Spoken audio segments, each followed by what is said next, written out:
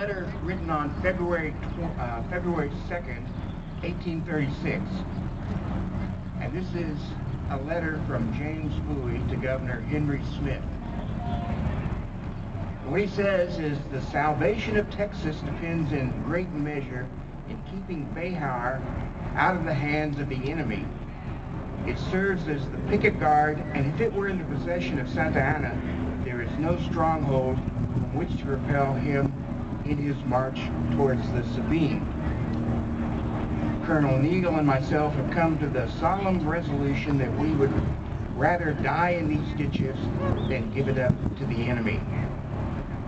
The citizens of Behar deserve our protection, and the public safety demands our lives rather than to evacuate this post to the enemy. Again, we call aloud for relief. So the idea for them is this is an important place. And it's an important place because it's a crossroads, it's a commercial center, it's a political seat, it's all these things that make it strategic. Who controls San Antonio, in a large part, determines who controls Texas. Now, William Barret Travis, who is sent here by Governor Smith, writes on February 12th, "You have no doubt already received information by express from La Bahia that tremendous preparations are making on the Rio Grande elsewhere in the interior for the invasion of Texas. This being the frontier post nearest the Rio Grande, will be the first to be attacked. We are illy prepared for their reception, as we have no more than 150 men here, and they in a very discouraged state. We are determined to sustain it as long as there is a man left, because we consider death preferable to disgrace, which would be the result of giving up a post which has been so nearly won, and thus opening the door to the invaders to enter the sacred territory of the colonies." So again, reiterating the point, this has been captured, San Antonio's been captured, and to give it up without a fight would be something that would be very galling, besides the fact that it's important. Travis writes on the 13th of February, again to the governor, "It is more important to occupy this post than I imagined when I last saw you. It is the key to Texas, from which the interior, without a footing here, the enemy can do nothing against the colonies." So again, San Antonio is an important place. The idea always was that Travis would be able to alert the colonies when the time came, and then they would come to San Antonio to help defend it. One more time, this is from Antonio Lopez de Santa Anna, talking about Behar, and he says, "Behar was held by the enemy, and it was necessary to open the door to our future operations by taking it." So rather than being an unimportant place, it's actually a very important place. And once Santa Anna receives, William Barret Travis begins sending letters essentially saying, now is the time to act, and we need you to come to Behar, which is an important place. This is where we should fight Santa Anna. So on February 23rd, Travis begins writing letters, but it's the 24th letter that becomes a document that goes into Texas history, American history, world history as one of the documents that sets forth the defense of liberty. So at this time, we will have William Barret Travis come forward and read that letter for you.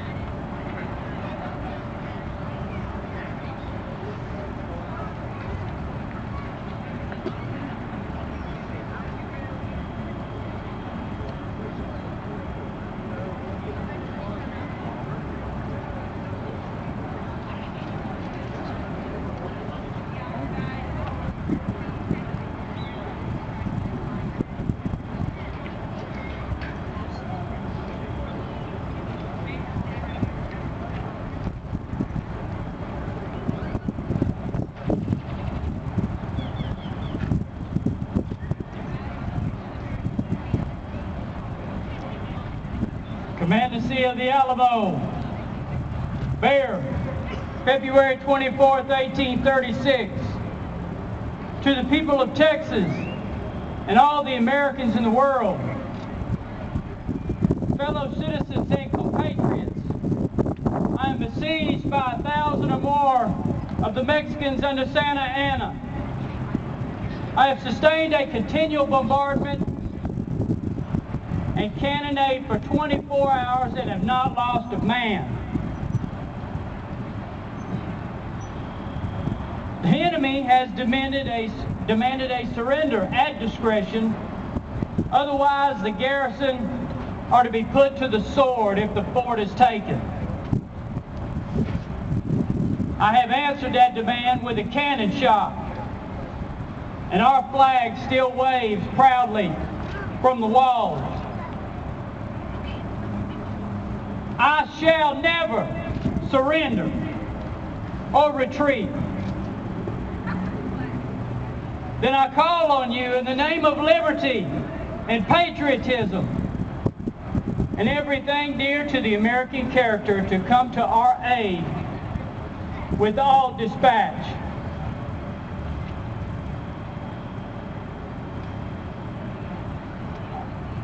The enemy is receiving reinforcements daily and will no doubt increase to 3,000 or 4,000 in 4 or 5 days. If this call is neglected, I am determined to sustain myself as long as possible and die like a soldier who never forgets what is due his honor and that of his country. Victory or death. William Barret Travis, Lieutenant Colonel Commandant. P.S. The Lord is on our side. When the enemy appeared in sight, we had not 3 bushels of corn. We have since found in deserted houses 80 or 90 bushels and have gotten into the walls 20 or 30 head of beef. Travis.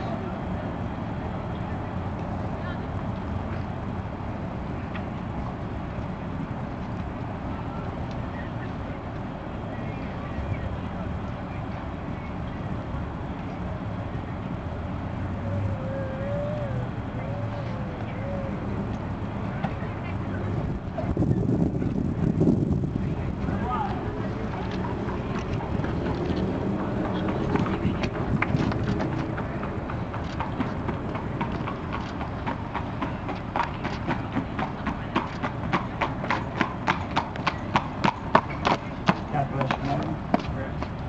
Godspeed. Be safe.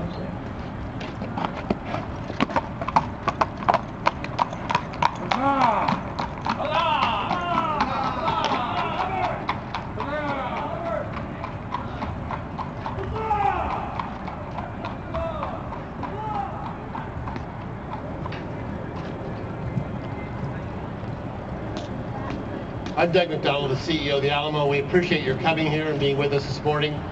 As we think about these events of 183 years ago, we think about them, we memorialize them because they actually live in the very fabric of who Texans are today and who we represent today.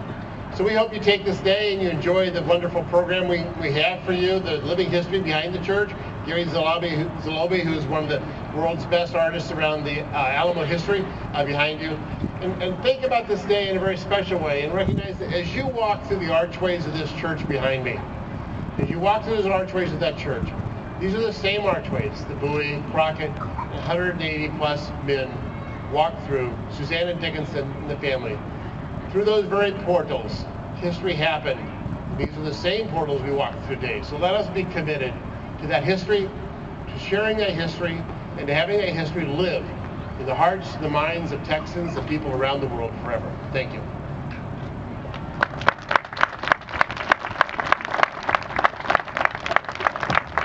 Thank you very much. Remember the Alamo. Remember the Alamo.